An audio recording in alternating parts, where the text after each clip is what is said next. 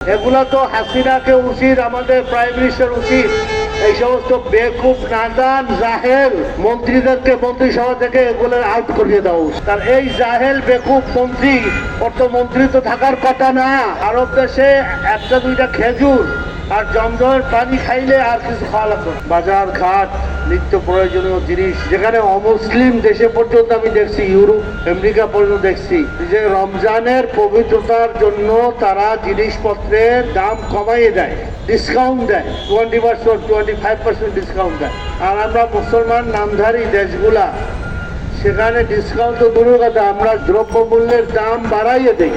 এই দেশের বর্তমান সরকারের, আওয়ামী লীগ সরকারের মন্ত্রী, শিল্পমন্ত্রী, সে বলে যে আপনারা খেজুর দিয়ে কেন ইফতার করবেন, আঙ্গুর দিয়ে কেন করবেন, আপনারা বড়ই দিয়া করেন, আপনারা পেয়ারা দিয়া আপনারা কি করেন, ইফতার করেন। আসলে ওটা বেকুব মন্ত্রী, ও জাহেল, ওর পড়াশোনা নাই, এই জন্য বলছি জাহেল।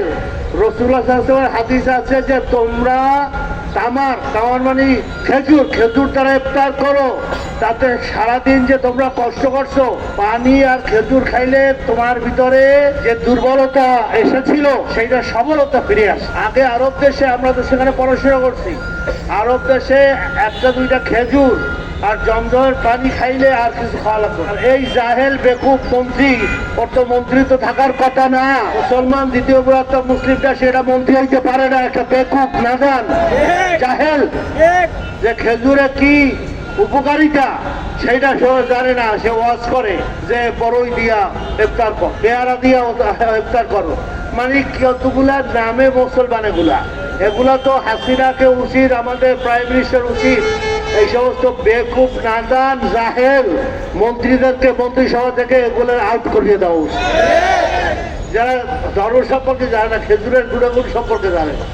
এবং আপনি আমাদের বর্তমানে যে দ্রব্যমূল্যের অবস্থা, পেঁয়াজের মূল্য কত, 120 টাকা, আলুর দাম, তারপর আপনার ইফতারের জন্য যে সামগ্রী লাগে, চিনি, তেল, সব জিনিসের দাম আরো ডাবলের চেয়ে দাম উঠছে। মানুষ সেহেরি কি খাইয়া রাখবে, সেহেরি তো খাইতে হইবে। সরকার বড় বড় বুলিয়া উড়ায়, ঠ্যাং করেন না, ত্যাং করেন না, আবার ক্ষমতায় আসবো, দ্রব্যমূল্য আমরা কমাবো। আসলে আপনার শস্যের ভিতরেই ভূত, ওই যাদের দ্বারা আপনার ভূত চালাবেন সেই শস্যের ভিতরে ভূত। আপনার আশপাশের যারা আছে, মন্ত্রী পরিষদ থেকে শুরু করে ব্যবসায়ী, সবই তো আপনার লোক, সব তো সিন্ডিকেট করিয়া তারা দাম বাড়াইতেছে।